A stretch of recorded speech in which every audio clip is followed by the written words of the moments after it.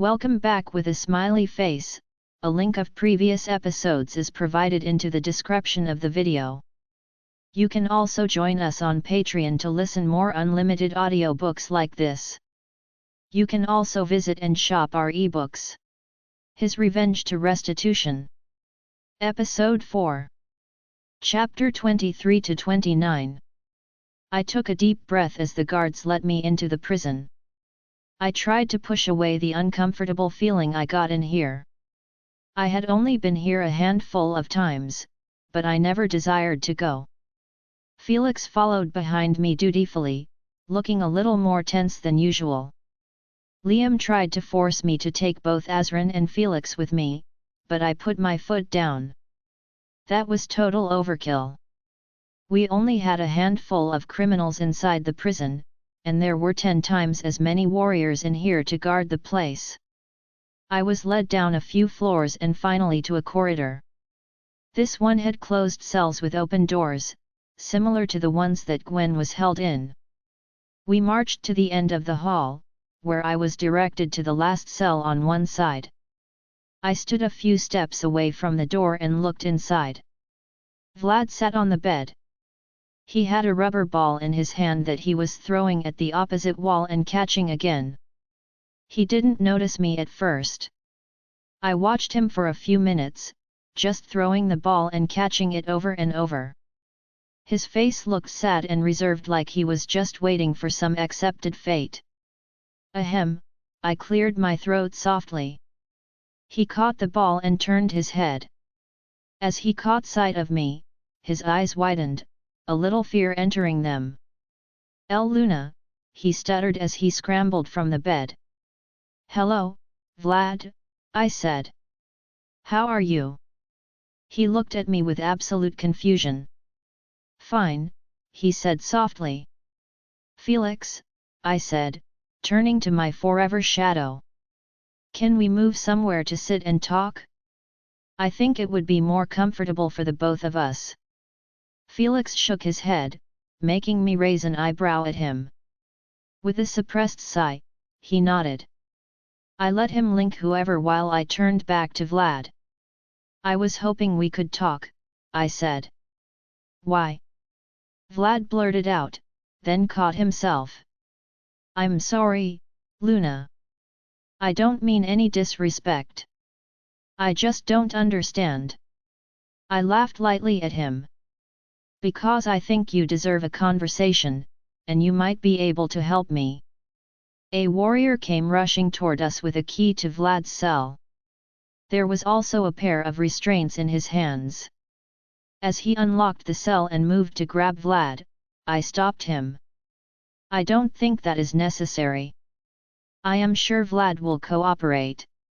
I looked between Felix and the warrior. Finally, Felix nodded but grabbed my arm to make me step back with him. Vlad was led out in front of us. We followed the warrior, escorting him down the hall and down another floor toward interrogation rooms. Thankfully, we were led into one of the less gruesome-looking ones. It had a large metal table with 2 chairs on one side and one on the other. The warrior sat Vlad in the single chair, so I settled across from him. I tried to remain relaxed, so he would feel comfortable even though I genuinely disliked being in this place. Felix remained standing behind me, and the warrior stationed himself at the door. Vlad looked around nervously at them. "I'm sorry, but I won't be able to make them leave with everything that has happened, but I hope they won't make you too uncomfortable," I said, bringing his attention to me. "Am I in trouble?" he asked. "I mean more trouble." "No," I said. "I thought you were owed a conversation." "Oh," he said. "About what?" "The events that led you here," I told him. He nodded. "If you feel like you are up to it, I would actually like to hear about your mother." "My mom?" he asked, a little shock registering in his face. I nodded. "I get the feeling that you have never really had anyone to talk to about what happened." "I know the basics, but if you wanted to talk about it, I would be happy to listen. Why? He asked. Because I don't think you are a bad kid, Vlad. I think some deplorable things happened to you, and you tried to handle the fallout all by yourself, I explained. But why do you care so much? I was leading Warwick right to you and the Alpha. I offered him a small smile. Why don't you tell me about it all? Start wherever you like. Vlad started slowly and hesitantly but soon opened up about everything. He told me about witnessing his mother being killed because of his father's work. He told me about losing his wolf when he woke up in the hospital and how scared he was. He even admitted how angry he had been at his father for what happened, then moving them away from their home. He explained how he didn't want to come to our pack, but everything was okay after he met Missy. He talked about how she made him forget everything else, and he felt like he could breathe around her. He talked about how stupid the other children in the pack their age were for ostracizing her. I listened closely and attentively. It was clear that he had never told all of this to anyone. I was sure he was interrogated to some degree after Missy and I's kidnapping, but it was clear he never felt like he could talk about a lot of this with anyone close to him. My heart ached for him a little bit, then, it also hurt for Abraham. They had been torn apart by such a terrible thing, and so much heartache could have been avoided or deterred if Vlad felt like he could talk to his father. When they took me to her cell, Luna, I just... Vlad paused for a second. He clenched his fists that rested atop the table. It was never supposed to be like that. And I never wanted you or your baby to get hurt. I didn't even want Alpha to get hurt. I just had no choice. I thought she was my mate. I really did.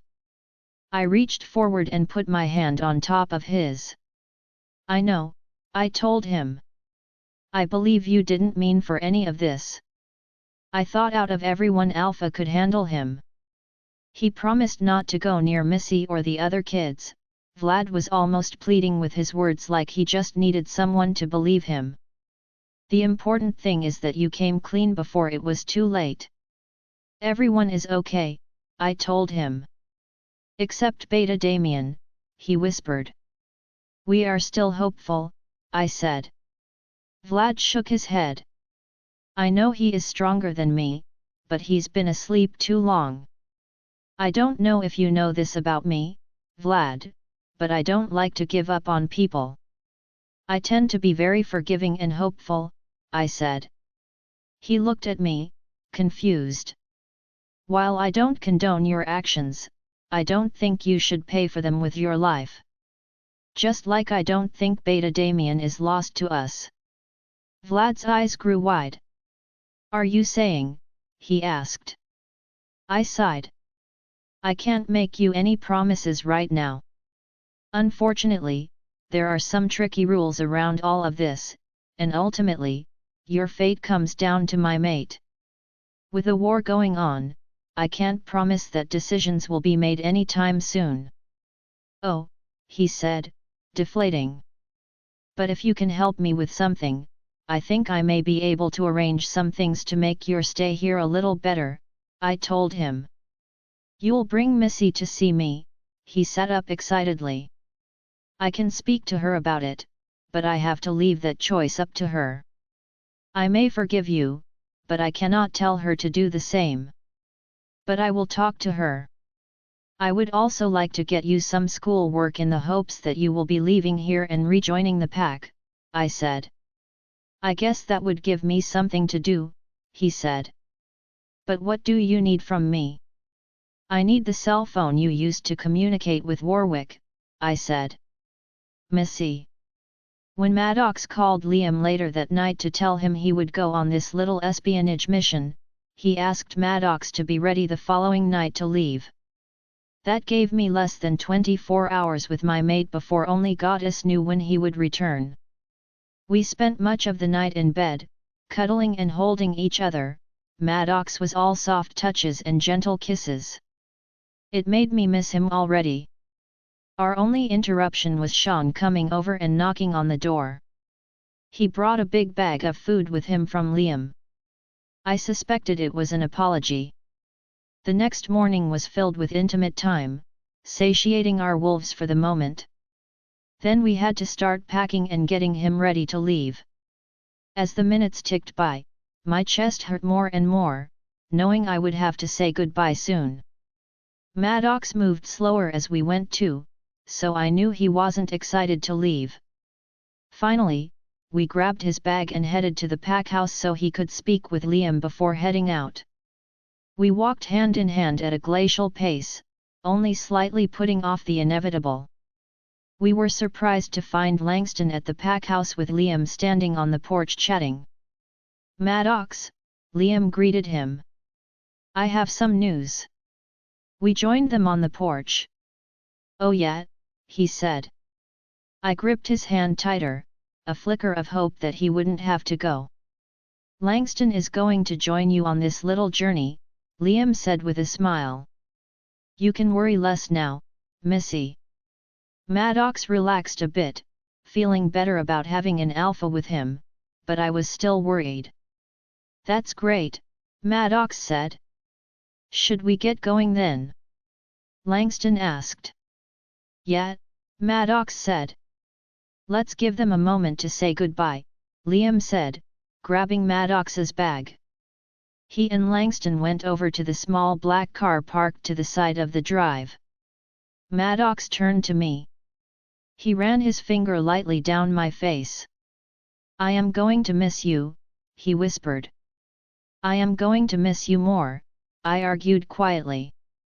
He leaned his forehead against mine, and I closed my eyes, memorizing his scent and feel. "Be safe while I'm gone, okay," he said. I nodded against him. "It'll be over before you know it. I will call when I can." A single tear escaped my eye. Maddox's thumb wiped it away before he kissed me softly. All too soon, he let go and pulled away from me. "I love you," he whispered. "I love you, too," I said, my voice breaking a bit. He left me on the porch and headed over to the car with Langston. Liam came over and wrapped his arm around my shoulder. We watched them slide into the vehicle, Langston in the driver's seat. They pulled out of the driveway and soon were out of sight. "It'll be okay," Liam said, rubbing my arm. "They will be back." Azalea. I sat outside Damien's room in the clinic, watching Lily with him. Felix had left me back here to take a call, but I knew he would come back any time now. She was brushing his hair and lightly kissing his face.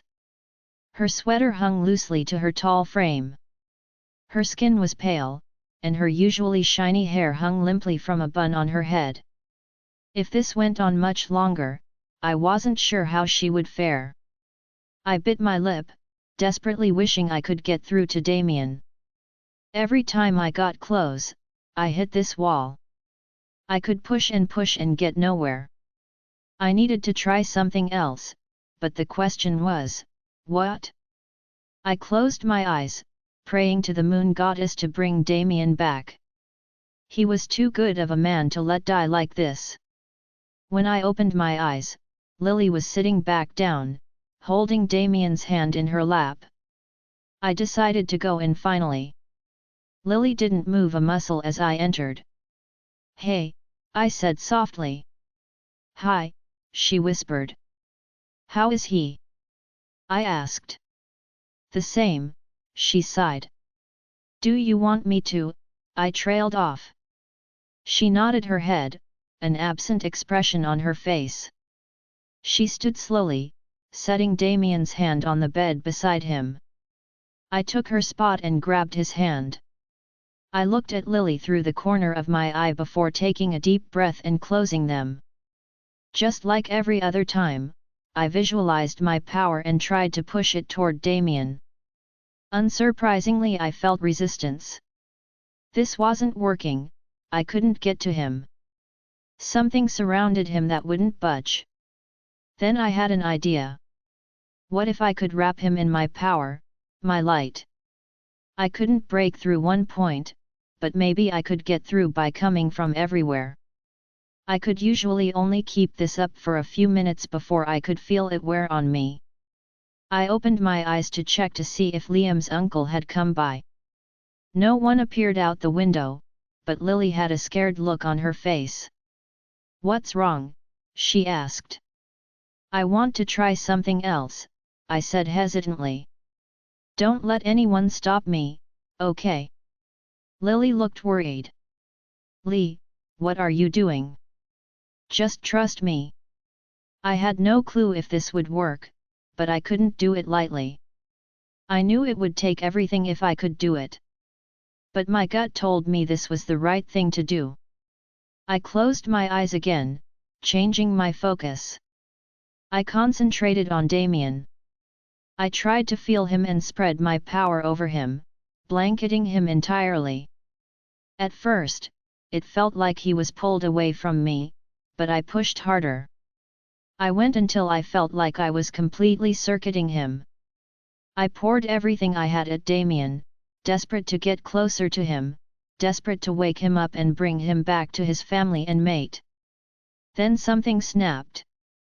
A valve was released. I could feel him. My power surged forward, and I felt him. There was a scream, and I opened my eyes briefly to see Lily with her hands over her mouth. I couldn't make out what she said before I felt myself fall away. Chapter 24. Lily. I watched Lee try something new with Damien. I wasn't sure what that meant, but I would do anything to get him back at this point. When she said to make sure that she wasn't interrupted, I got a little worried but trusted her. After Liam's blowout over the last time she almost got hurt, I doubt she would do anything too serious. She held on to him and sat very still. I watched, not having much hope after weeks of the same thing. I looked up at Damien's face. His expression was the same neutral, resting one he had forever now. Then his eyebrows scrunch, and his lip twitched. I sucked in a breath.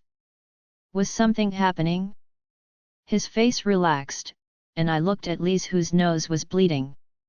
Just as I was about to shake her to stop her, Damien's eyes fluttered open. He looked around, and I let out a small shriek, covering my mouth in surprise. "Lilipad," he croaked hoarsely. I tore my eyes over to Lee who finally opened hers. She swayed slightly then fell out of her chair, unconscious on the floor. I was torn at that moment on what to do. Go to my mate who my body yearned for or help my best friend? Damien turned his head. "Azalea," he whispered. I snapped out of my trance and moved to Lee on the floor. "Nurse!" I screamed, moving around the bed. Damien was awake, but now Lee was passed out. There was so much blood down her front, coming from her nose. I tried to pull her up, but her dead weight was heavy. Since when was she heavy? "Nurse!" I screamed louder. There was movement outside the room. "Get Dr. Ronald!" I heard someone yell as they rushed to my side. What happened? Why is Luna passed out and bleeding? I don't know. She was trying to help Damien. He woke up, and then she passed out. I rushed out. "Lilipad!" Damien said again from above us on the bed. I turned my head to look at him, still panicking that it was all happening at once. Another nurse and Dr. Ron rushed in, coming around the bed to Lee first. He looked surprised for a moment before he was resigned to what happened. The two nurses and Dr. Ron got Lee gently moved onto a bed. I stood up and turned to Damien, who was watching them. Tears pricked my eyes. He was awake. He was right here and awake. "Die!" I said, a sob choking me. His eyes met mine, and a small smile flitted across his face. I launched myself at him, wrapping myself over him. Oh goddess, you're awake, I cried. His arms encircled me, pulling me close. I felt his face nuzzle into the top of my head. The sparks were back. I could feel my mate again as he touched me, and I touched him. I sobbed harder, so relieved that he was finally awake. "Shhhh," he chided. "I'm here," his gruff voice said. He had no idea how much I missed his voice. "Lily," Dr. Ron said from above me. "I know how happy you are that he is awake, but I really need to look him over, okay? 5 minutes and you two can be alone." I nodded, reluctantly pulling away. I looked at Damien, who oddly looked tired. "Don't close your eyes again," I threatened. "I wouldn't dream of it, Lillipad," he said softly. I nodded and stepped away so Dr. Ron could look at him. "Is Lee okay?" I asked behind him. "She should be," he said. "Would you mind calling my nephew? I don't believe he will be happy, but it might soften the blow if you were the one to deliver the news." I nodded my head and pulled out my phone. Liam would be furious, but maybe with Damien awake, he would soften a bit. The phone rang twice before he picked up. "Liam," I said. "Hey Lily, what's going on?" he asked. "Damien's awake," I said. There was a loud thudding on the other end of the phone. "I'll be right there," he said quickly. "Liam," I said, stopping him from hanging up. "What?" he said. "Is something wrong? Is Damien okay?" "Damien's okay, I think. Your uncle is checking on him." "It's Lee," I said. Liam was silent. "She woke him up, but her nose is bleeding, and she passed out. I'm sure she'll be okay, but you should know." Liam growled on the other end of the phone before it cut out. I pushed my phone back in my pocket and turned back to the bed where Dr. Ron was helping Damien sit up. "Why don't we give it some time before we try getting out of the bed? You have been asleep a long time," he told Damien. "How long?" Damien asked. "Why don't you talk to your mate? I'll be back to answer any questions she doesn't in a bit," Dr. Ron said, turning to me with a warm smile. I gave him a nod, and he moved to leave the room. Azalea had already been taken somewhere else. As soon as Dr. Ron was out of the way, I moved right to Damien's side. He opened his arms, and I didn't hesitate to climb right on top of him. The floodgates opened, and I couldn't hold back anymore. I cried, letting out every ounce of worry and frustration of the past couple of weeks. Then I sat up and hit Damien. I punched him right in the chest. "Ow, what was that for?" he groaned. Then I hit him again and again and again. "You stupid wolf! How dare you do that to me? How dare you get yourself hurt? You stupid, stupid wolf!" I started yelling as I continued to hit him. He let it go on for a minute before he caught my wrists, stopping me. "I'm sorry," he said in a level tone, his eyes connecting with mine. "I'm sorry, my love. I didn't know if you would ever wake up." I yelled at him. "I am sorry," he said again. My lip trembled as so many emotions coursed through me. We held each other's gaze for a long minute before someone burst into the room. We both turned to see Liam standing, looking angry and breathing heavily. Missy stood behind him. "Where is she?" he asked frantically. "Liam." I couldn't believe Azalea would do this. Actually, I could. She would do anything to get Damien awake, and I should have known this would happen eventually. When I burst into Damien's room, Lily was on top of them. Her face was blotchy, and I could see the tears as she looked at me. Damien held her wrists in his hands. Where is she? I asked, having little patience for whatever they were doing. Your uncle took her somewhere, Lily said. I turned, almost running right over Missy, who was right behind me. She stepped out of the way, and I moved through the clinic, using my nose to find my mate. I turned a corner and caught her scent. I hurried my pace and found her in a room with my uncle and a nurse. What happened? I roared, pushing my way over to her side. I wasn't there, my uncle calmly said. She seems to be just fine, just sleeping. Who was with her? I asked quickly. Where is Felix? Felix had to leave, my uncle said. The front desk was supposed to let you know that someone was on the way to replace him. I think he needed to go to Lacey. They didn't, I growled. Missy put her hand on my arm. I turned to her, giving me a compassionate look. I sighed and tried to calm myself down. So, did she overdo it then? I believe so, my uncle answered. We should let her rest for now. We cleaned up her nose and put some fluids on her. I don't know what she did, but Damien is awake. Will he have any lasting side effects? I asked. Too soon to tell, he answered.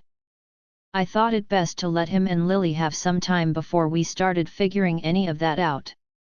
His body is going to be weak from all the time lying in bed. He still has some recovery ahead even without consequences from the vampire venom. I nodded my head, my eyes stuck on Azalea. Why don't you stay here with Azalea for now, and I will come to get you in a bit to see Damien, my uncle suggested. I nodded my head and reached down to hold Azalea's hand. Azalea stirred on the bed, slowly opening her eyes and pulling herself up. Ow, she whispered. I waited for her to get her bearings and look around. When she did, she saw Missy and I sitting next to the bed. A soft "oh" escaped her lips. Do you want to explain how we ended up here? I asked her. No, she said, adjusting herself on the bed. That wasn't really a request, I told her, frowning. She sighed. Is Damien awake? She asked. I nodded. Good, then my plan worked. I'm fine, so everything worked out. And what if it hadn't? I pushed. What if my best friend was now awake, but I lost my mate? She turned to me with a scowl. Then you would have your beta back, and I would have made a decision I am okay with. But I'm not. I roared. Azalea shrunk back, startled at my outburst. I'm not okay trading you for anyone. Why can't you understand that? I didn't mean to unleash my frustration like that, but every time this happened, I feared the worst. One of these times, she was going to help someone else, but I would lose her. I stood up from my chair, making it fall behind me. I stormed from the room, needing some air. Azalea. Liam was furious. I was worried about that, but I had no regrets. Damien was awake, and that was the important thing here. Missy had a worried look on her face as Liam stormed out of the room. It's okay, I told her. He just needs a moment. She just nodded. Why don't you help me up, and we can go see how Damien is doing? Missy stood, and I swung my legs over the bed. I grabbed her arm, and she helped me steady myself on my feet. If it makes Liam so mad, why do you do it? Missy asked as we slowly walked to the door. Because it's the only way I can help, I told her. She nodded with a thoughtful look on her face. I can't fight like your father, or Damien, or Maddox. And your father insists on a babysitter for me at all times, which makes me feel like more of a burden. But with this, I can be of use. They don't think of you that way. Liam is useless without you, honestly, Missy commented. I held onto her a bit tighter, my heart warm at her words. We made our way to Damien's room. He was sitting up in bed with Lily wrapped around him. When we stepped up to the window, he looked over and smiled at us. He bent down and whispered something into Lily's ear before waving us in. Lily reluctantly pulled herself away from him and crawled off the bed. Nice to see you awake, I said as we came in. I guess some thanks are in order, he said. You got me out of that. No big deal, I said, waving him off. That earned me a low laugh. I guess my best friend is a little angry right now, he asked. Yeah, I said. Damien gave me a look that told me he understood without more explanation. So, tell me everything, he said. Chapter 25. Lacey. Miss Marcy came rushing into the room with an ice pack. Here, put this on it. We should elevate that too, she fussed. I am okay. I tried to tell her. I tripped coming down the stairs and landed on my ankle wrong. Miss Marcy was coming down the hall when it happened, so she came to help me. She helped me hobble back to Felix and I's room before she rushed back to the kitchen to get ice. She was really making a big deal over nothing as the pain was already beginning to subside. I told Austin to go ahead and call your mate. I think he is with Miss Lee over at the clinic, she said, trying to put pillows under my leg. No? Please tell me you didn't, I sighed. Miss Marcy, I really appreciate the concern, but I promise I am okay.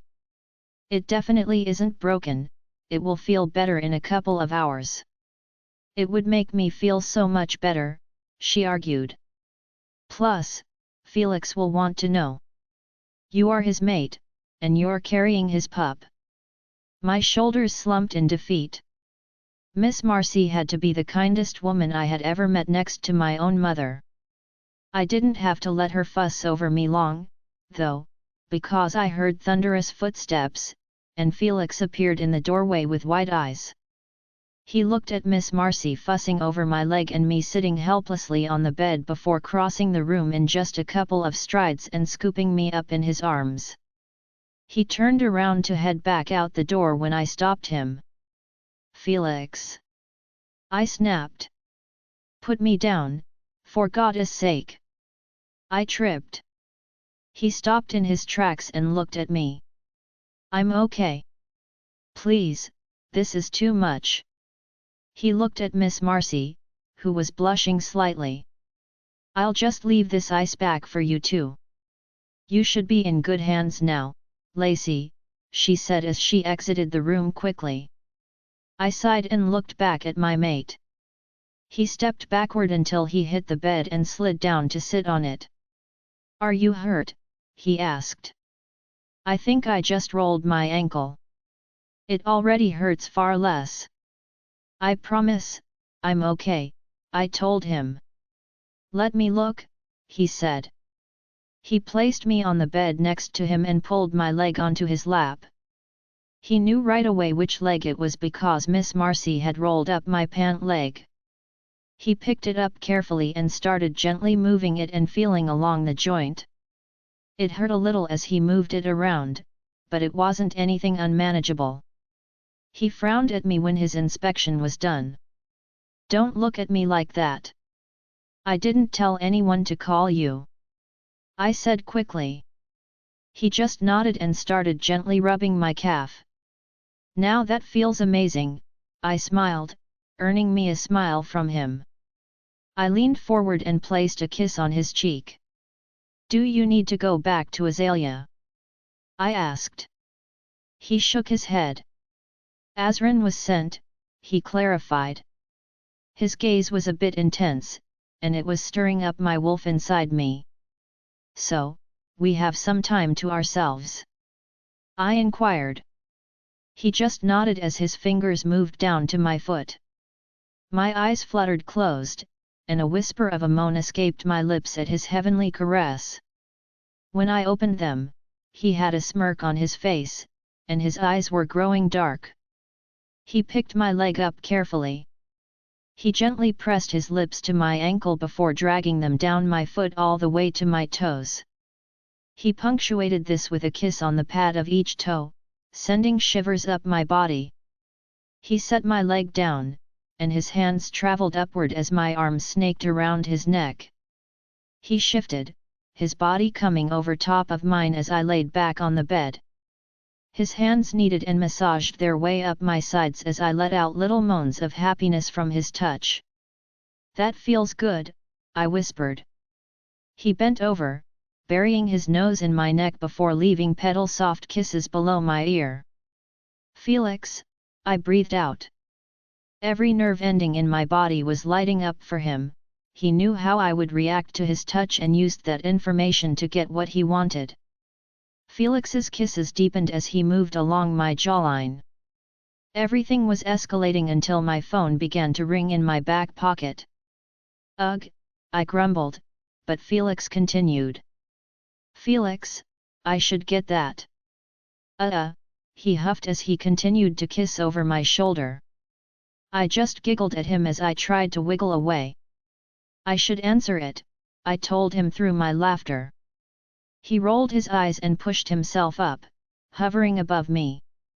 I leaned forward and pecked his lips as I reached into my pocket to fetch my phone. Felix kept his gaze trained on me as I answered the call. "Hello," I said a bit breathlessly. "Lacy Bug, were you running?" My mom's voice came from the other end. No, just didn't want to miss your call." "What's up?" "Oh, Bug, your father and I just wanted to know if we could come to visit next week. We really want to see you before the baby is born, and we would love to meet your mate." My mother was too nice sometimes. She was the epitome of those sweet old grandmas always baking cookies and singing happy songs. I trailed off. Felix's eyebrow raised as he listened to the conversation. "I am right in the middle of something super important, Mama. Do you think I can call you back in a little bit?" "Oh, of course, Bug. But don't keep me waiting too long. We are just so excited after everything with Harry," she said. "I know," I told her. "I'll call you in a bit. Love you." I hung up the phone before my mother could word vomit anything else. I hadn't even mentioned my parents wanting to meet him yet because I was afraid he would be against it, not to mention that I was worried about the war going on in general. Felix was giving me an expectant look like he was waiting for my explanation. "So, that was my mom?" I said hesitantly. He nodded, telling me to continue. "My parents want to come visit and meet you. They are pretty excited for a grandpup, and with everything going on, we haven't exactly done the whole family thing yet." Felix got up now and sat on the bed next to me. I sat up, struggling a bit until Felix supported me from behind. "I didn't," he said quietly. "Didn't what?" I asked. "Parents," he said, looking down at the floor. His face was screwed up like he was thinking about something. "Didn't know I had them?" I questioned. He nodded his head slightly. "Felix, everyone has parents. Even you. I would also love to meet them." He shook his head. "Wait, you don't have any parents? Is that why you assumed I didn't have any?" Felix shrugged. I sighed and ran my hands through my hair. I was used to his limited communication, but I wished I could just read his mind in times like this. "Do you want to meet them?" I asked. I watched his face for his reaction, but his eyebrows just furrowed further. I couldn't tell what he was feeling or thinking at all. "Are you upset?" I asked. He still didn't give me an answer. My mind started spinning even though I knew he just needed a minute to collect his own thoughts. Are you mad that I haven't said anything about my family? I couldn't help the outpouring that immediately followed. I haven't been the best daughter since Harry died, and yet, I left the pack to get away from everything, but they are still my family, Felix. I wouldn't have ever thought my mate would be unhappy about that fact. I have never pushed this issue, but you can't be upset that they want to meet you. We're having a child, and we are mates. My breathing quickened, there were too many emotions swirling through me. Felix looked up, a bit wide-eyed. He grabbed my arms and shook his head. I'll meet them, he said quietly. It was my turn to nod. I couldn't figure out why, but my eyes were starting to water. I don't do family, he told me. What does that mean? I exclaimed. We are starting a family. His eyes grew wider at my words like I startled him. No, he trailed off. No? Felix, I am carrying your pup. Me, Mom. You, Dad. This, I said, pointing to my stomach, baby. Family. He just stared at me with the same wide-eyed expression. Felix, you said you wanted this. You said you wanted pups, I thought that meant you wanted a family. I paused, waiting for him to say anything. Then a crushing thought struck me. You aren't changing your mind, are you? My voice broke. He quickly shook his head and pulled me into him. He wrapped me in his arms and planted kisses on the top of my head. Never, he murmured. I tried to calm down by listening to his heartbeat, but this sinking feeling wouldn't leave my gut. Felix, I need you to explain. With words. I don't understand. I need to understand, please, I pleaded with him. He was quiet for a moment but didn't release his hold on me. Finally, he spoke. My mother was human. She died when I was 6. My father was, he trailed off, looking for the words. Strict. He did not act like a father. He was a commander. We trained, we fought. When I reached mating age, he kicked me out for having no interest in fighting for our alpha. I walked away and never looked back. My heart lurched at his words. So, he didn't do family because he couldn't remember having one. I leaned away from him, looking into his face. He looked vulnerable for once. I cupped his cheek gently. You don't do family because you didn't have one? I asked. He nodded his head. Are you afraid you'll be like your father? He turned his head and looked away for a moment before shaking his head. I know what not to do. I am sorry that happened to you, I told him. I placed my hand on his chest. But this heart is too big to be afraid of family. Felix, you are an amazing man, and you will be the perfect father. My family will love you just as much as I do because anyone who spends even an hour with you can see how wonderful you are. He looked back at me. There was something in his eyes I wasn't sure I had seen before. Fear. He was scared about this. I leaned forward and kissed him gently. I promise, you have nothing to worry about, I told him. He nodded his head. He reached up, cupping my face. His thumb swiped away a tear I didn't know had escaped my eyes.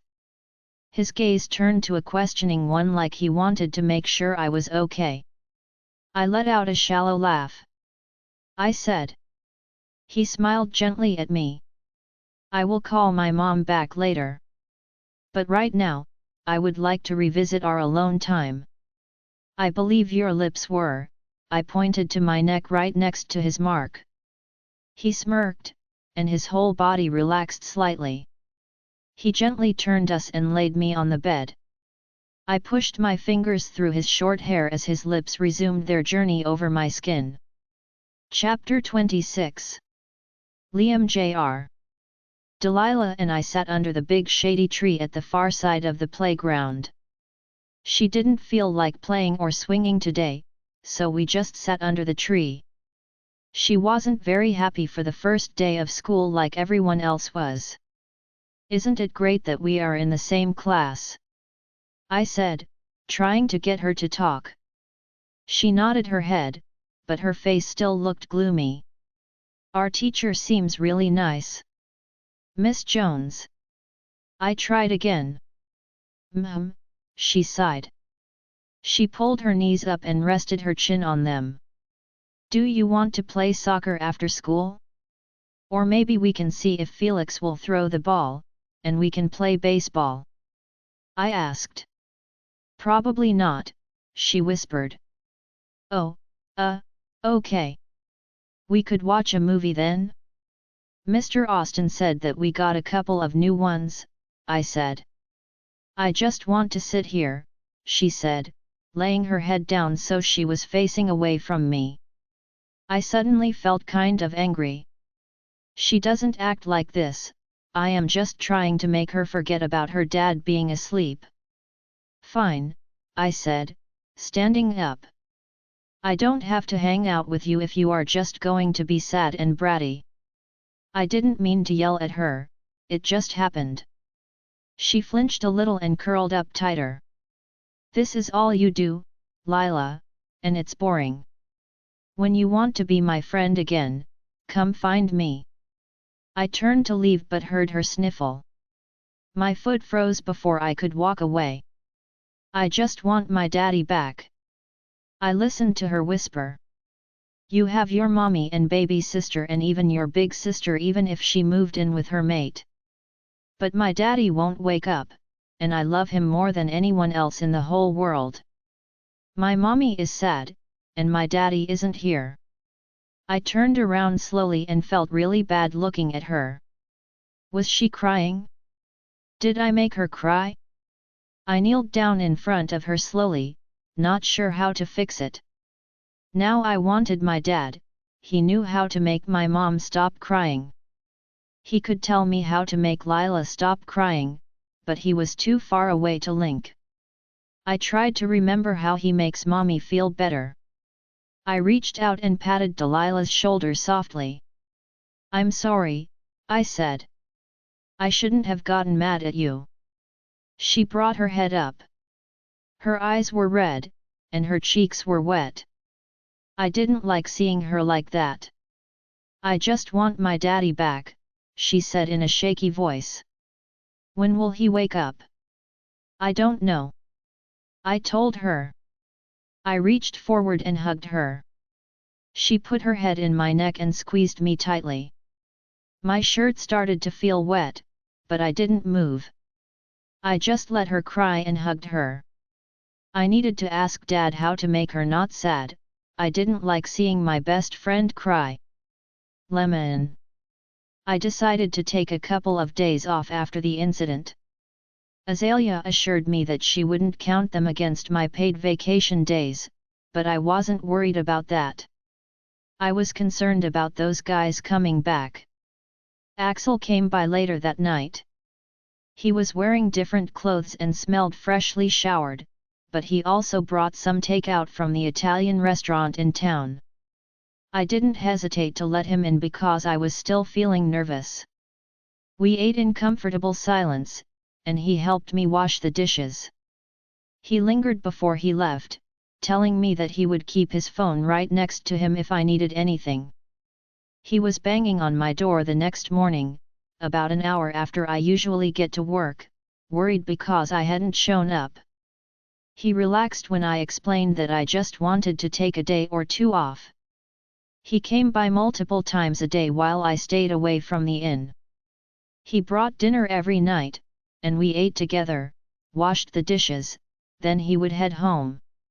As much as I didn't want to admit it, I felt better while he was there having dinner with me. I knew I couldn't stay home forever, though.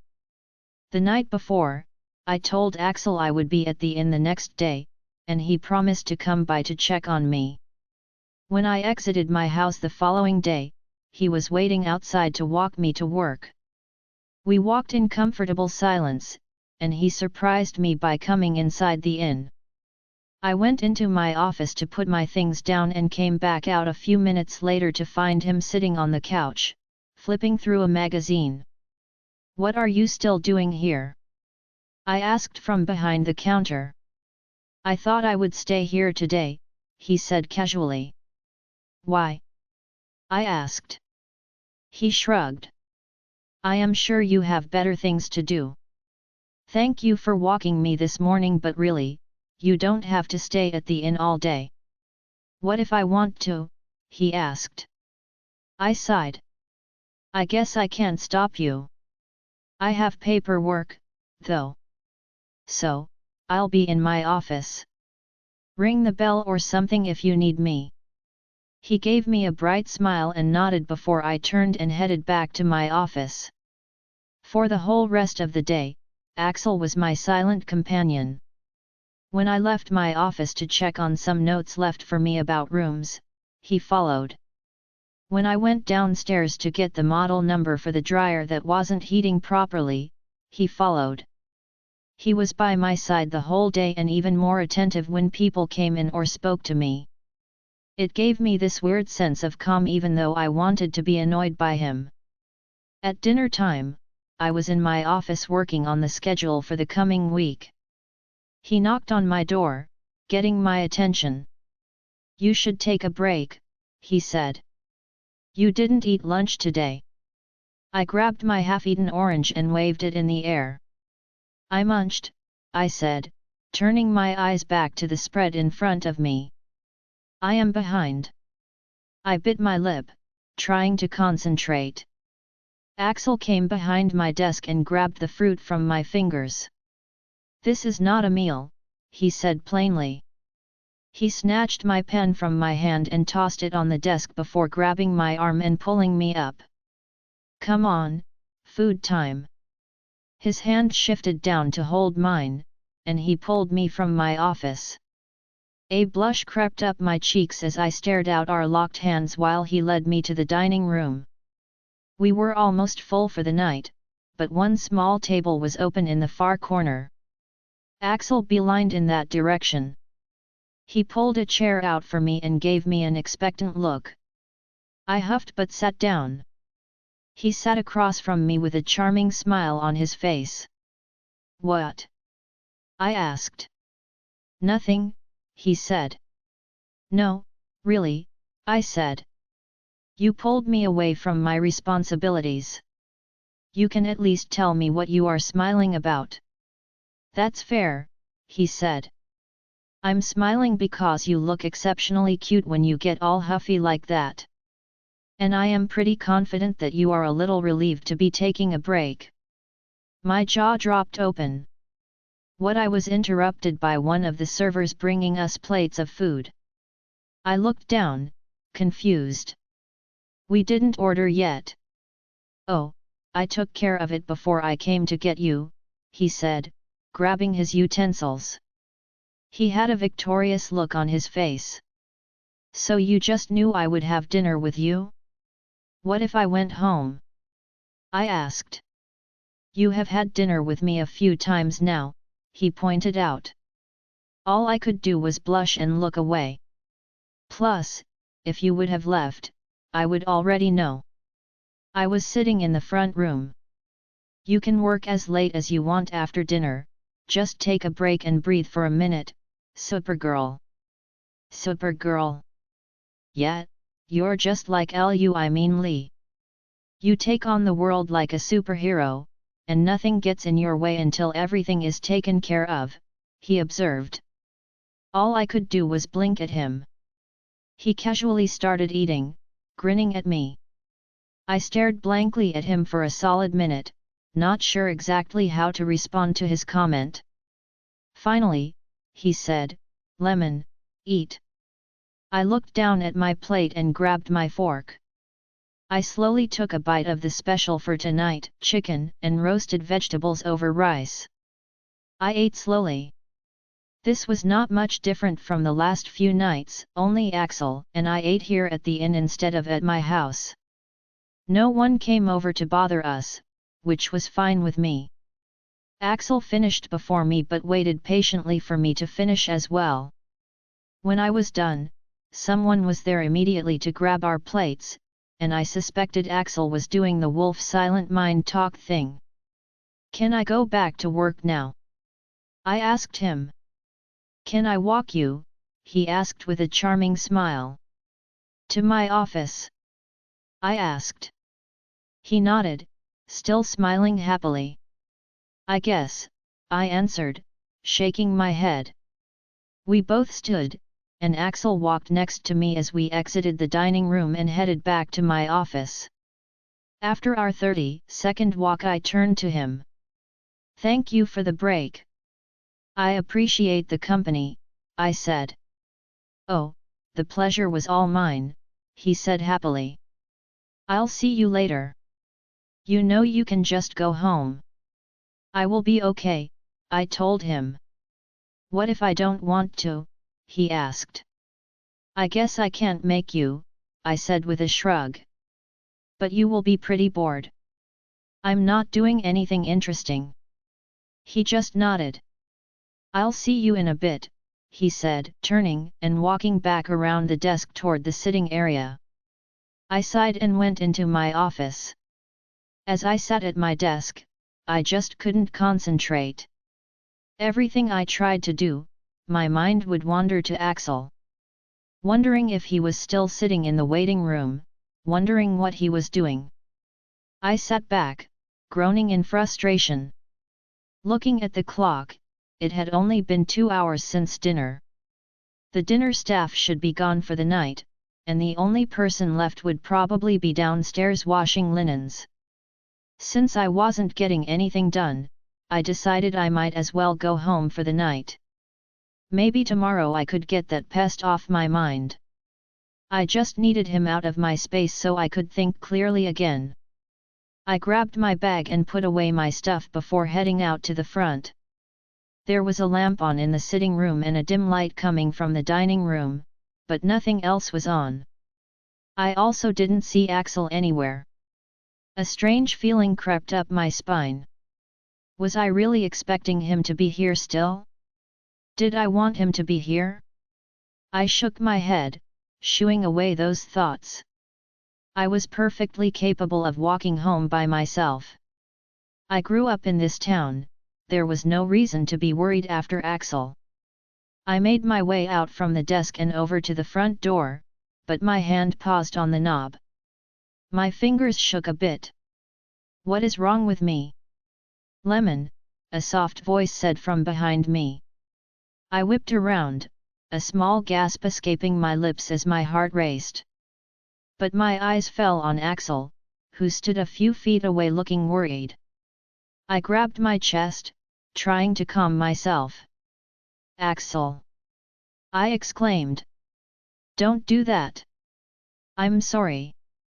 I was coming back from the bathroom, but you were just standing at the door frozen," he said cautiously. "Is everything okay?" For some reason, that sparked my irritation. "Why do you care so much?" I asked darkly. His eyebrows shot up in surprise.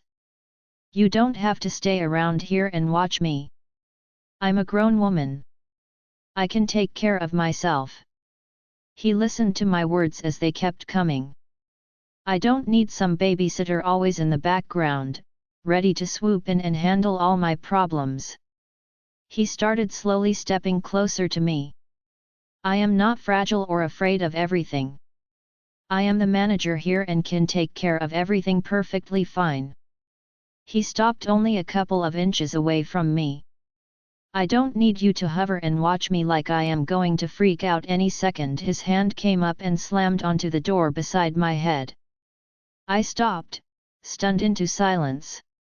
"Did I say you are any of those things?" he asked, his voice lower now. I shook my head. "Did I say you can't handle yourself?" I shook my head again. "I am very well aware that you are a full-grown woman," he said as his eyes dipped lower. They slowly came back up. "All of those things are exactly why I can't get you off of my mind. What? I whispered. You, Lemon, own permanent real estate in my brain. All day, all night, there you are. My every thought is about you. What is Lemon wearing today? Did she choose the floral perfume or the fruity one? Did she have a good day at work or spill coffee over her receipt book again? Is Luna driving her crazy, or is she running like a top? My heart thundered in my chest. Did he think about all those things? I was fine admiring you from afar, I can take a hint. But then someone threatened you in our town. Someone took away your feeling of safety, and I am not okay with that, he said. I never want you to feel scared here, especially over things you aren't involved in. He paused for a second, his eyes lowering to my lips. He slowly brought his gaze back up to my eyes. I can smell it. You're scared when you are alone. But as soon as I come around, you don't smell scared anymore. So I make every excuse I can to be around you, to take that fear away. His other arm came up to plant itself next to my head, caging me in between his arms. And I will keep doing it until you feel safe again. Axel, I started. SHHH. You don't have to say anything. But you should know that I care about you, Lemon. A whole lot, he said quietly. His eyes lowered one more time to my lips. It's okay if you don't feel the same way, as long as you feel safe with me. But I'm not your mate. I said barely above a whisper. No, you aren't, he said. I watched his face as his eyes stayed glued to my lips. Something flashed in his expression, was it pain? But that doesn't change anything, he whispered. We stayed like that for another moment before he lowered his arms and stepped back. He cleared his throat. Why don't we get you home, he said. I just nodded and turned around, my heart and mind racing. Chapter 27. Damien, oh my boy, my mom cried over the phone. Mom, I'm okay, I assured her. There was a lot of crying on the other end of the phone, and I figured I had pretty much lost her. Damien, my father's voice interrupted the crying. Yes, Dad, I answered. It's good to hear your voice. Lily texted us a bit ago, but we were waiting for her to tell us to come to the clinic. She asked that we give you a minute, he said. Thanks, Dad. We needed it. Actually, I wanted to ask you about that, I said. What is it? Is something wrong? He asked quickly. No. Everything is fine. I was just wondering if you two might keep the kids tonight? I really want to see everyone, especially them, but I would like to have tonight with Lily if that's all right, I explained. Sure, Damien, he answered. We will wait to tell them as well. I am sure Delilah will be on wheels until she gets to you if we tell her now. I chuckled at that. Yes, that sounds like my princess, I said. Thanks, Dad. We'll see you tomorrow, all right. Looking forward to it, he said before hanging up. I sighed as I put my phone down. That was out of the way for now. I looked at Lily, who was hugging Azalea, then over to Missy, standing off to the side. I waved her over. Hey, kid, I said. I'm happy you're okay. How's that mate of yours? I looked at her neck, and there was a clear marking right in the open. She gave me a half-hearted smile. He's good, she said. Azalea didn't get to quite tell me everything before we were interrupted by the nurse coming to check on me yet again. I was also waiting on Liam to show his face. You had a lot of us worried, so no more sneaking around, all right? I said. She nodded her head. Then she unexpectedly lurched forward and hugged me tightly. I laughed a little and hugged her back. She was blushing slightly when she pulled away. "Don't get yourself bit again, okay?" she said in a stubborn tone. "No one can function properly without you." It was my turn to nod and smile. "Missy, why don't we have someone come to take you home? We can call Sean or Austin," Azalea suggested. "Oh, Sol is on her way here. She was going to stay the night tonight so we can go to school together tomorrow," Missy said. "Sounds great. Just make sure you girls get some sleep tonight.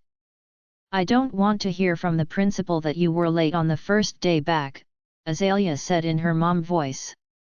Ahem, I looked over to the doorway to see Liam standing there. He looked a bit sheepish and dirty. "Why don't we give you two a minute," Lily said, grabbing Azalea's hand. "We'll wait up front with Missy." The girls all filed out of the room, a look passing between Liam and Azalea. "She fixed me," I said. Liam nodded. "And you're mad at her?" I said, raising an eyebrow. "Don't do that. I'm not mad you're awake." "I'm relieved to see your ugly mug," Liam said, striding into the room. He sat down in the chair next to the bed. "I'm mad that she has no regard for her own well-being or sense of self-preservation. And you don't think you have contributed to that?" I asked him. "You cannot possibly be blaming this on me," he said, looking outraged. I shook my head. "So, you held a summit. Warwick tried to sabotage it, and it ended up in your favor. Sounds like some me-type thinking." I was impressed he pulled it off. Liam isn't dumb per se but isn't always the opportunist. Liam let out a snort. "You aren't all the brains around here," he said. "Just most," I joked. "How do you feel?" he asked more seriously now. "Fine," I said. "Except, I can't talk to Cage," I thought to myself. "Really? You don't have to pretend. Just give me the truth," he said. I could see the guilt written all over his features. He felt bad about the battle and what happened. "I'll be good as new soon. Just need to get on the training field and shake off the rust," I tried to assure him. He gave me a skeptical look but nodded. "So what has happened since the summit?" "We have been getting all these packs trained," he explained. "And Greyback was killed." "Greyback? How?" I asked. "I don't know for certain, but I have to assume that Warwick sent someone after him," he told me. "I bet Lee took that pretty hard," I commented. "Lee and the old man were very close. She always checked in on him and pestered him to take better care of himself or move into the pack house." Liam nodded solemnly. "Yeah, she copes well, but I know it wasn't good." "What else?" I pushed. "Maddox and Langston have left to track down Warwick and his movements," he said. I let out a low whistle. "No wonder your daughter has a chip on her shoulder," I told him. "You think that was the best idea?" "He is a bit young." "I think he will do well," Liam said. "Okay," I said. "So, what have you done with Vlad?" Liam winced a bit. "That one is still a bit unresolved." "Unresolved?" I said, getting a bit louder. "The kid was responsible for kidnappings and deaths, he fed us right to the bloodsucker. How had Liam left this unresolved?" "You weren't awake. We didn't know if you would wake up," he said. "And Azalea may have asked that we hold off a bit longer." "So? Is she mad? He almost got her killed." I roared. "Damien, I know." Liam yelled back. "It isn't that simple. You reminded me of this before." He was a kid when this all happened. I took a steadying breath. He was right, this was not a black and white situation. We rescued Azalea, so his worst offense was lessened with his help. All right, I said. Just tell your uncle to spring me, and we can get back to the pack house. I want to night with Lily, but I can meet you on the training field in the morning. Yet, not doing that, Liam said pointedly. Excuse me. I said. The doctor says you are here for the night. And frankly, I think you should take it easy for a bit. You have been out for weeks, he said. No one expects you to come to work tomorrow, Damien. I was stopped from responding when the girls came in the room, Lee now holding a baby and followed by Azrin. Liam and Azrin held a silent conversation, I could only guess what it was about. Damien, we would like you to meet Asli, Lee said, smiling fondly down at the baby in her arms. She brought her clothes, and I reached up to take her in my hands. She was the spitting image of Azalea. I reached down with one finger and pushed it into her tiny hand. She gripped it tightly and smiled at me, a precious glint in her bright green eyes. My finger felt warm, comfortingly so, in her fist. You didn't have to be magic to know this little girl was special. You did pretty good, I said, looking up at Liam. But I think I'm going to give the credit to Lee on this one. Lee smiled sweetly at me before motioning for me to give back her daughter. I thought Uncle Damien would like to meet his last niece, she said. I am glad you both made it through, I told her. Azalea, I think maybe Liam and I should leave you guys for the night, I said. I didn't look Liam in the eye, but he knew my suggestion was not up for negotiation. Lily already looked way better, but her body needed time to recuperate. She would best do that by being close to Damien. Now that Missy was on the way home with Sol, it was time for us to get back as well. Liam stood and nodded to Azrin, who moved to leave. I turned and walked out of the room, not waiting for him. Little Luna, Liam linked me.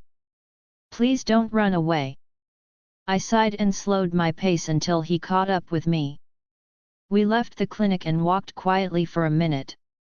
I propped Asli up on my shoulders so she could look around as we walked. We need to talk about this, he said. Oh, we do. I replied sarcastically. I wasn't sure there was anything to talk about after you stormed off earlier. How was your run, by the way? That isn't fair, Azalea, he pouted. It is. You threw a tantrum about this when all I did was wake up your best friend, I stated. Well, I don't want you using your power anymore, he said. I stopped dead in my tracks and looked at him.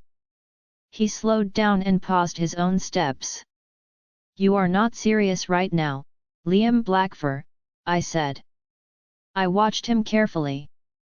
There was no way he was trying to command me not to use my power. Surely, he respected me more than that.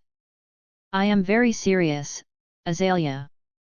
You have no regard for your own well-being, so I don't want you to do that anymore, he said steadily. My eyes went wide, and I was immediately filled with anger. I stormed past him without another word, carrying our daughter back to the pack house. I could not believe him ordering me around. I heard him sigh and follow, but I couldn't care less at that moment. Liam stayed a couple of paces behind me, trying to get me to stop the whole way back. When we got back to the pack house, I threw open the front door and stomped right to the stairs. I paid no attention to my mate following in my wake as I was brimming with rage. 6 years of marriage, a rejection, multiple kidnappings, 4 children, and everything else in between. And now he wanted to demand I don't make use of the only ability I have to be helpful to our pack? I was so furious I wanted to break something.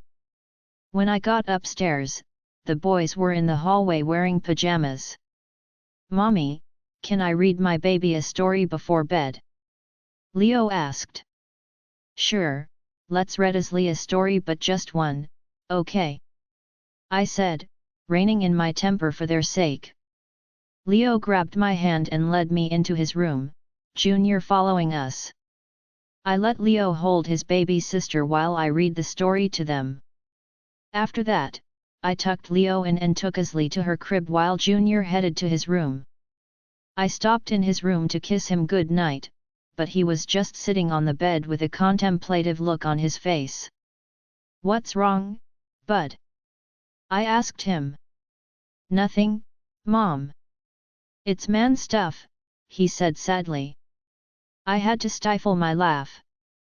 "You know, I help your dad with many of his problems. Maybe I can help you," I said gently. "No, I'll ask Dad tomorrow." "Night," he said. He laid down and rolled over, ending our conversation. I smiled at my little future alpha. He was growing up too fast, and I worried a little bit that this war was speeding that up more. With a soft sigh, I headed to our room. I wanted to wash the stress of today off before I went to bed as well. Luckily, Azran had left us at the clinic, and I didn't have anyone breathing down my neck tonight. It was a small relief after everything happening with Liam. I dropped my clothes on the floor as I moved toward the shower. I didn't feel much like taking care of them right now. I turned the shower on and let it get scalding hot before stepping under the stream. I let the steaming water pound my skin, easing some of the frustration brewing inside.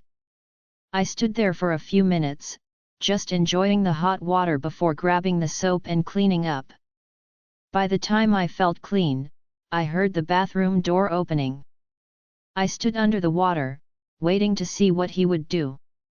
The shower door slid open, and I felt Liam step inside. He stopped behind me but didn't say anything. I went to move out of the water and leave him in the shower alone, but he stopped me by wrapping his arms around me from behind. He pressed his lips to my shoulder. "I'm sorry," he murmured softly into my skin. "Let me go," I said. "No, you're mad at me," he said. He kissed along my shoulder lightly in between his statements. His mouth was cool against my heated skin. "Yes, I am. I don't appreciate what you said. Now, please, let me go," I repeated. "Would you be less mad if I told you I'm not one?" he asked. His lips continued between my shoulder blades. "No," I said. "Gavin tells you that daily." "While you are correct, I actually agree with him this time," he said. I could feel the goosebumps rising across my back and arms. Oh! He and Gavin agreeing wasn't normal. And what does Gavin think? "He thinks I should be groveling at your feet, begging forgiveness," he muttered. I said, contemplating that image. Liam pushed my hair aside, and his lips swept over the back of my neck, causing a pleasurable thrill to dance across my shoulders. "I'm sorry, little Luna. I should not have demanded like that. I couldn't help it. I am more afraid of losing you than anything else in the world. I can handle vampires or angry wolves, but I know I couldn't survive losing you," he admitted. We were quiet for a moment as he softly kissed my skin and held me flush to him under the warm stream. "Liam, you're so strong and capable. I know it scares you that you could lose me, but I am not trying to run from you. Sometimes it's so hard standing by your side, I am such a weakness, a target for you," I whispered. His hold on me tightened, and his lips paused their movement. "I don't blame you or anyone else for not having a wolf anymore. I accepted it a long time ago. But sometimes, I wish I could again. I wish I could so that I could feel equal to you. I wish I did so you wouldn't always be so worried that something will happen to me. I wish I did so I could fight by your side." The only thing I can do is help our pack with this gift, and you fight me every time I try to do that. Liam leaned his head against the back of mine. After admitting all that, my stomach felt like it was in my throat, but Liam stayed silent behind me. I just want to be your strength, not your weakness, Liam. I said, trying not to let my voice crack. I'm sorry, Azalea. I'm so sorry, he whispered. I didn't know you felt that way. You aren't my weakness, you aren't weak or less than me. You are my strength, and that is why I always worry. A part of me will always hate myself for what I let happen to you, for my own part in it. But I don't for a second think you are in any way less than. Then don't ask me to not use the one thing that makes me useful, I said. I won't, he promised. But it isn't the only thing that makes you useful. I have never met anyone with a bigger heart than you. And you always know how to handle every situation, good and bad. His words filled me with warmth, flushing away my anger with him. His nose schemed up and down the back of my neck. Does this mean I can be freed of my babysitters? I asked. His laughter vibrated through his chest. Maybe once I have Warwick's burning head on a pike, we can discuss that. Chapter 28. Missy. The lunchroom buzzed with conversation. Everyone was both excited and sad to be back at school. The extra couple of weeks of the break had really energized everyone. Sol sat next to me, chatting with Julie on her other side. Emmett and Allie sat across from me. Emmett was talking to Sulian about girls or something while Allie had a book open in front of her. I pushed my food around my tray, not interested in school or gossip. Earth to Missy, Sol said, waving a hand in front of my face. I snapped my face to hers. You have been spacing all day. Sorry, I said. Just a bit tired, I guess. I can make you feel energized, Emmett said with a wink.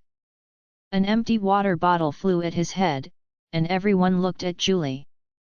Shut up, you hoe, she said, rolling her eyes. You know Maddox is her mate. Sol smacked her arm, and her eyes got wide like she didn't mean to say something. I sighed. They were trying to be sensitive about Maddox being gone, but it didn't really matter. I looked back down at my tray, my shoulders slumping. I slept horribly even with Sol in the next room. I held Maddox's pillow all night, but it wasn't the same. We hadn't really been apart for a while now with the exception of when Warwick had me captive. I was so used to him being right there, I didn't like being alone.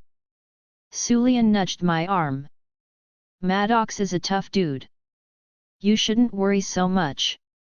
He'll be back, and I bet you guys can get excused from school to make up for lost time, he joked. I could almost hear Sol rolling her eyes next to me. The important thing here is to just focus on school. We can all come stay with you whenever you want. It's not like we have parents bossing us around, she said. We won't let you be lonely while he's gone. Thanks, guys, I said softly. Everyone slowly went back to their various conversations. I looked up and locked gazes with Allie. I'm sorry, she linked me. I just nodded my head and gave her a tight smile.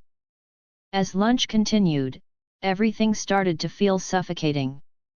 The energy and excitement of the whole school were just too much. A few minutes before the bell rang, I got up, taking my tray of uneaten food with me. Where are you going? Sol called. I'll see you tonight, I called back, waving my hand. I dumped my tray in the nearest trash can and headed to my locker. I wanted out of here. I know I told Lee I would focus on school, but I had enough for the day. I wrenched my locker open and grabbed my bag, shoving my first couple of periods books inside before shutting it. I headed for the front door, keeping my head down. No one even looked twice as I walked straight out the front door and down the sidewalk. The closer I got to home, the more frustrated I grew. Maddox and I were supposed to be at school together. I finally had friends around me, and school was supposed to be a breeze this year. But all I could do was think about Maddox and where he was at right now. I am not an alpha, and I am not mated to one. I wasn't supposed to have to deal with this. I just wanted to meet my mate and live quietly in the pack. I didn't want my mate running off on dangerous spy missions and torturing vampires. By the time I got home, I was in a frenzy. I threw the door open angrily and dropped my bag in the doorway. I didn't know why I was so angry, but I was. I paced around the house in frustration, unsure what to do with myself. How did it all end up like this? Last year I was a nobody, trying to fly under the radar with Vlad. Vlad. This was all his fault. If he hadn't led Warwick to us, if he hadn't gotten me kidnapped, none of this would be happening. He lied to me for so long. He put everyone I love in danger. He kept me from finding my real mate on my birthday. My frustration was turning into all outrage directed at Vlad. I wanted to get my hands on him. I wanted to hurt him for hurting me. Then it hit me, I could. I grabbed my phone out of my back pocket and hurriedly scrolled to Austin's number. He told us so many times that Vlad asked to see me, surely he could help me now. The phone rang and rang until it almost went to voicemail. Finally, Austin picked up. "Missy," he said out of breath. "Aren't you in school? Is something wrong? Did something happen?" He threw questions at me quickly while breathing hard. "I was at school, but I left," I told him. "Why are you breathing so hard?"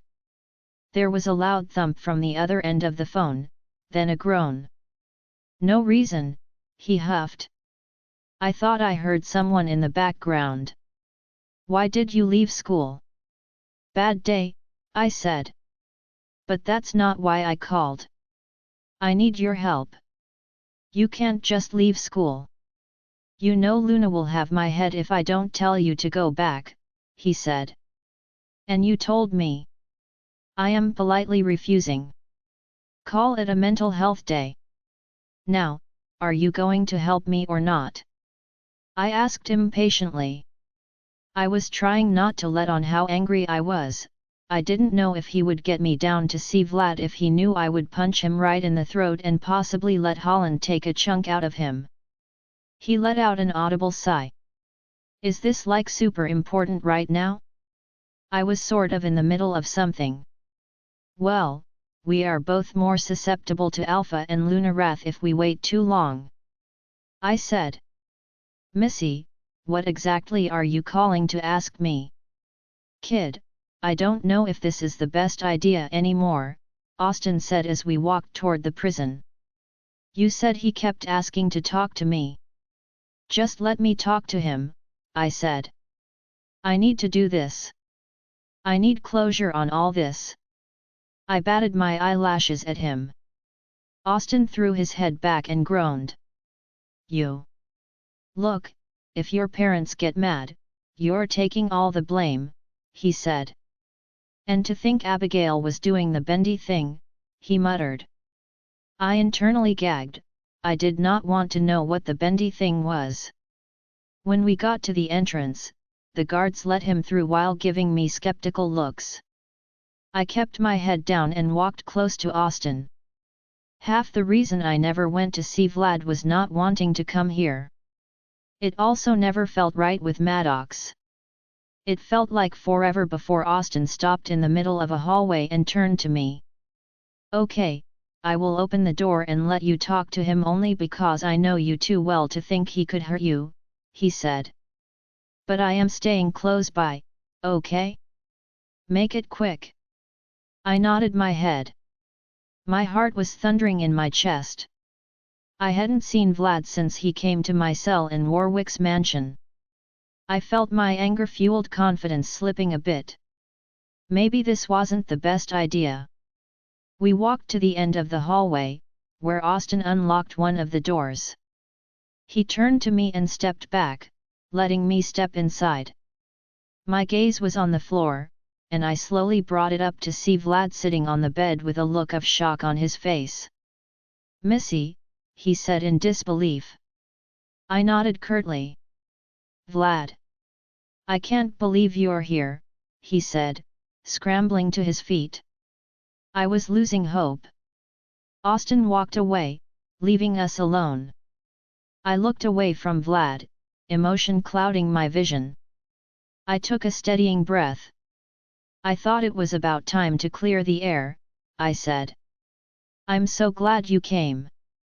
I haven't stopped thinking about you since," he trailed off.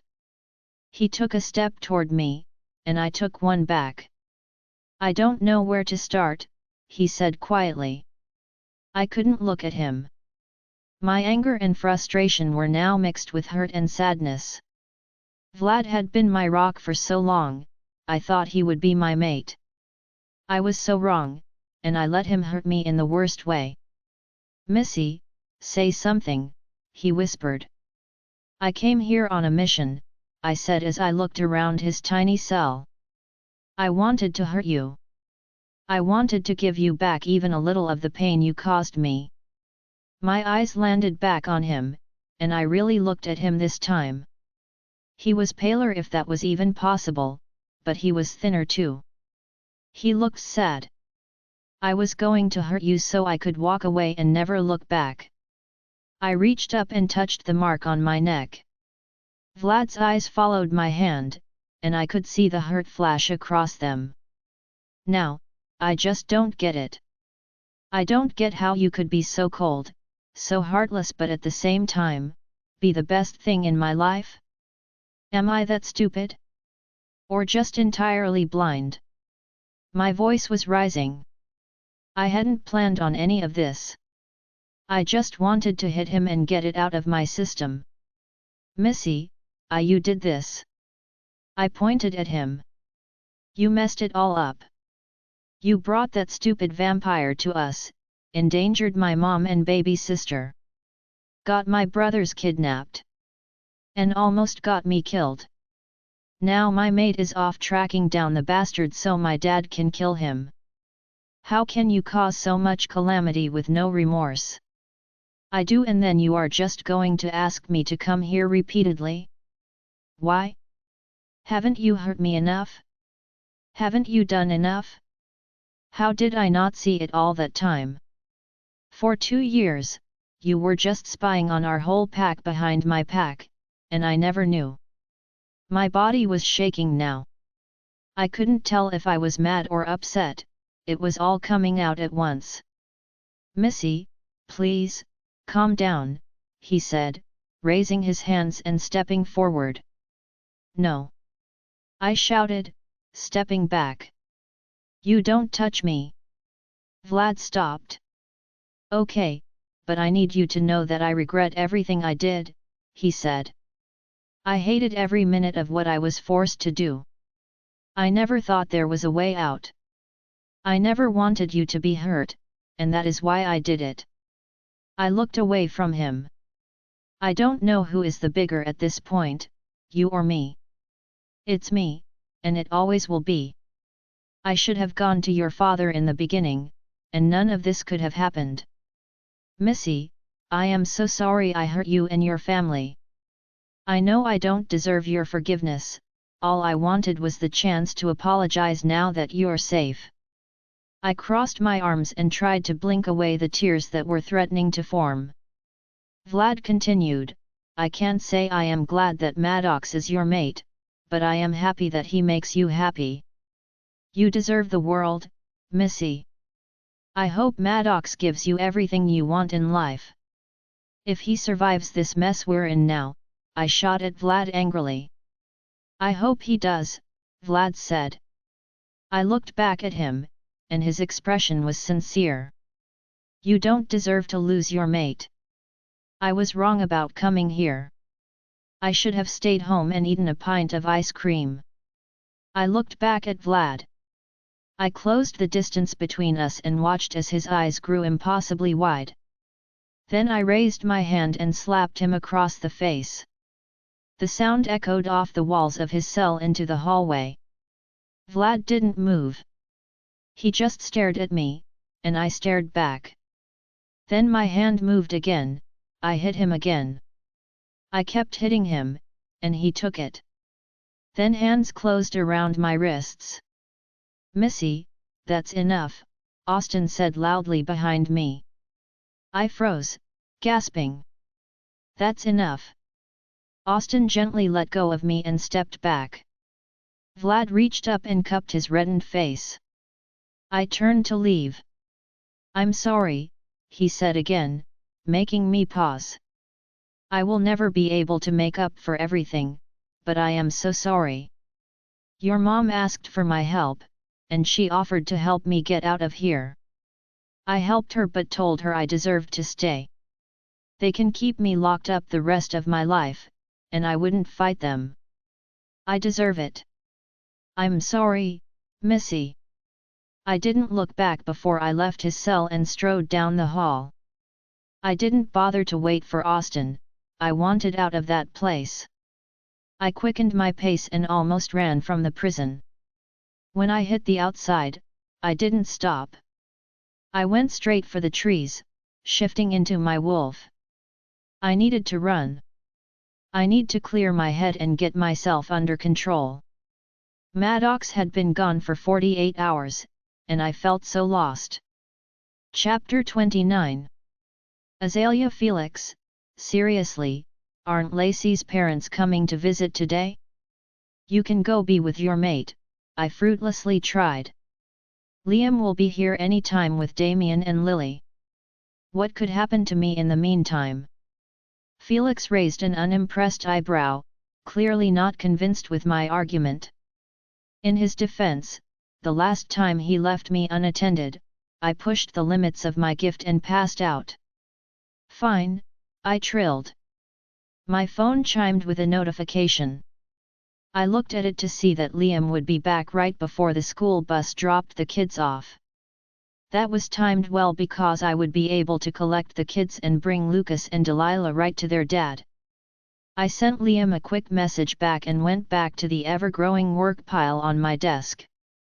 I was sorting through the mail when something caught my eye. It was addressed to me from a lawyer's office.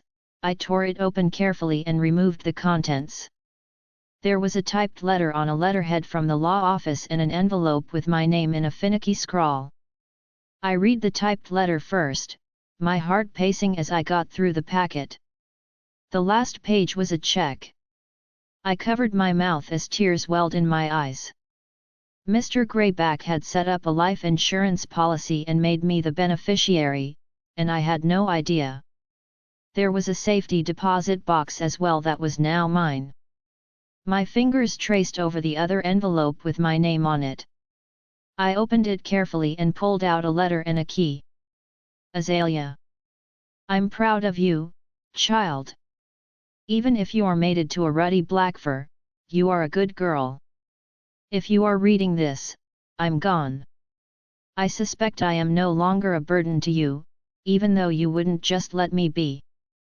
The inn is already yours, and I suspect you will find a good use for my cabin. About a year after the pig had dropped you off, I knew I wasn't going to shake you. If I am being honest, I didn't quite mind it. So, I made sure you would be taken care of when I wasn't around anymore. Truth is, I owe that boy a thanks. He may have thought he was leaving a burden on my doorstep, but you were anything but. You reminded me so much of my daughter that it hurt sometimes, but you made these last years a little less lonely. You brought light to an old man's life, girl, and for that, I will always be thankful for you. Don't let that light burn out, you have always been the thing that Pack needed the most. I know that heart of yours will find a good use for this money. Now, no more crying over me. Let an old man rest. I let out a strangled laugh as I got to the end of the letter. The key in the envelope had to go to the security deposit box the lawyer's letter mentioned. I wasn't sure what I would find there, but that was for another time. My phone rang on my desk. Liam's name came across the screen. I dashed the unshed tears from my eyes and answered. "Hi," I said. "Little Luna, what's wrong?" he asked, concern lacing his tone. "Nothing. I just got a letter today," I trailed off. "I'm okay, though." "All right," Liam said skeptically. "We'll be headed to the pack house soon." "Okay," I said, smiling softly. "See you all soon." I hung up the phone and collected everything back into the large envelope. I stowed it away in my desk drawer before turning my attention to Felix. "The bus will be here in 20 minutes. I guess we should get going," I said. He just nodded and opened the door. Leo and Lucas clutched my hands tightly, blabbering back and forth about all the great things that happened on their first days of school. They talked like little tornadoes bouncing off of each other. I could barely keep up. Delilah and Junior walked behind us. I peeked over my shoulder a few times to see them slowly falling behind. Delilah looked downtrodden despite me announcing that I had a surprise waiting at the pack house for them. Junior kept giving her little looks, was trying to find something to say to her. I wondered if he wanted to talk to Liam about Delilah being sad last night. We finally made it back to the pack house. I took the kids inside, and we headed for the lounge room. As soon as we turned the corner, Lucas screamed. He dropped my hand and ran for the couch where Damien sat. I felt small hands push me aside, and Delilah followed him like lightning. I watched them jump on him, and Damien grunt at their attack. Liam came over and wrapped his arm around my waist. I watched Lily smiling, watching her children cling to her mate. "Everything good?" I asked Liam, who was stiff beside me. He turned his head and kissed the side of mine. "Just a little concerned," he linked. "I'm worried Damien will push himself too hard, too fast." "He has you to keep an eye on him," I told him. After a few minutes, Lucas let go of his dad and sat on the couch next to him, but Delilah was still stuck to him. I looked over at Junior, who had a weird look on his face. Liam laughed next to me. "What's so funny?" I asked him. "Young love," he whispered, nodding at Junior. I gave Liam a confused look, then he pointed to his temple. Then I realized that Junior was probably linking Liam about whatever was on his mind, more than likely about Delilah. Lily sat down on the couch, pulling Lucas into a hug. For the first time since I woke up, she looked happy and relaxed. Leo pulled on my arm. "Mommy, can I go see Uncle D, or do I have to wait until Delilah's turn is over?" he asked in a very loud whisper. "You can go see him," I told him. He smiled and hurried over to the couch to see Damien. Junior gave us a nod and did the same. Leo hugged Damien tightly like Delilah and Lucas, but Junior just sat down next to him near Delilah. "Maybe we should put on a movie and relax," Lily suggested, looking over to Liam and me. "That sounds like a good night. We could get some pizzas and have a party right in here," Liam said. Damien gave Liam a disapproving look like he did not want to be confined to a couch all night. "I'll go make us some pizza," I said, patting Liam's chest. "You all get a movie on, and I'll send someone along with popcorn while I make the pizza. Maybe Miss Marcy has some other snacks somewhere in the pantry." Liam smiled down at me and kissed my nose. "I am down for your cooking any night," he smiled. After giving Felix to his mate, I headed to the kitchen and found Miss Marcy basting a turkey for dinner. "That smells incredible," I told her. Thank you, Luna, she said. What can I help you with? Liam suggested a little pizza party for Damien's return in the lounge. I was going to make them some snacks, then get to work on some pizzas, maybe some cheesy bread, I told her. That sounds lovely, she said. Don't let me stop you. There are some candies in the top of the pantry I can get down for you. Perfect, I smiled at her. I got to work popping popcorn and putting candies into some bowls for all the kids. I set everything up on a tray to make it easier to carry, then tackled drinks. Luckily, Miss Marcy was excellent about keeping juice boxes around for the kids, so I grabbed those and some water and set them on a second tray. Before I had to link Liam to come help carry things, Missy and Soul came into the kitchen.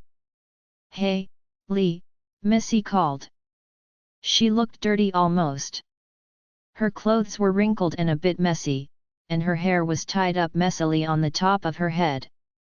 Good afternoon, Luna, Soul said. She looked like she had just come home from the first day of school. Hi, girls, I said. Damien's home. Have you gone to see him? Not yet. We saw them watching a movie, so we came to grab drinks first, Soul said. So is Beta Damien all better?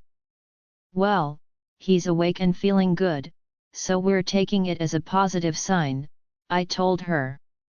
So you girls want to help me carry these to the lounge? The girls nodded, and we grabbed the trays from the counter.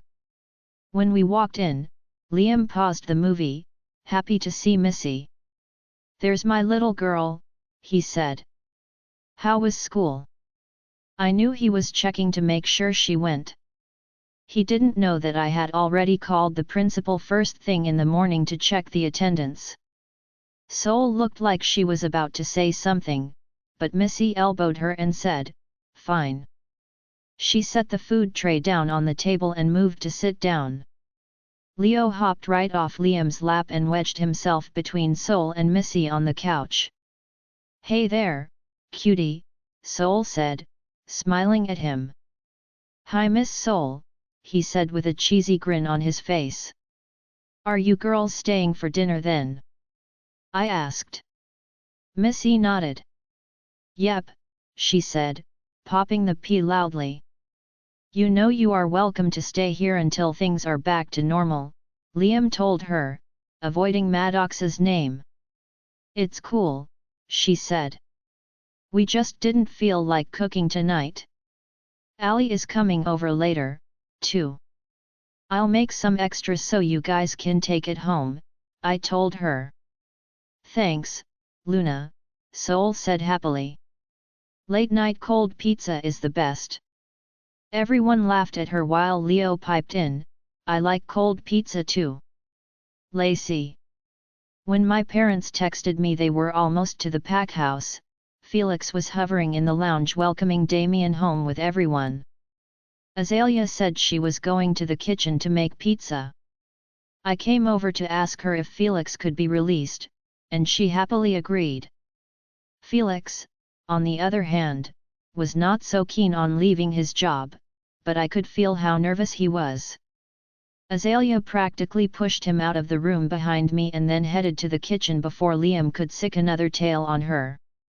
I laughed under my breath at the whole thing, everyone was so overbearingly protective of Azalea. I was sure she was going to turn around and put Felix or Azrin on their butts to get them to leave her alone one day. I grabbed Felix's hand and pulled him outside with me. You ready? I asked. He just nodded with a solemn look on his face. I reached up and cupped his cheek. Smile, I told him. They will love you because I love you. He leaned forward and softly kissed my lips. I love you, too, he said in a whisper. A small white car pulled down the packhouse driveway, and I assumed it was my parents. I parted from Felix, but he wrapped his arm around my waist. I unconsciously rested my hands on my bump, waiting for them to get out of the car. My mom stepped out first, smiling ear to ear. "My baby," she yelled. She rushed towards us, her arms open for a hug. "Hi, Mama," I greeted her. She smothered me completely in her vice-like affection. I tried to laugh, but she had squeezed all the air out of me. Felix tensed next to me, probably with protective instinct. "Oh my gosh, your mate is so handsome," she said, releasing me and moving to him. She wasted no time with introductions, she pulled him into a fierce hug, bending him to her will instantly. He hesitantly brought his arms around her and patted her back. "Let go of him, Louise," my father ordered, joining us. He came over to me first. "Hey, lacy bug," my dad said sweetly, gently hugging me. "You look good." "Thanks, Dad," I said. I pulled away from my dad and put my arm around Felix. "Mom, Dad, this is Felix, my mate. Felix, this is my mother Louise and my father, Jameson." Felix held out his hand to my father, and they shook. It looked a tad aggressive. "So, dinner," my father said with a satisfied look on his face. I nodded, then looked at Felix. He had the same stoic look he wore when taking care of pack business or watching Azalea. A couple of hours of small talk and food, and they will be heading home. "I'll be right here," I linked him. I hate small talk. The rest of the audiobooks will be uploaded in the next episode. Join us on Patreon to listen to more unlimited audiobooks.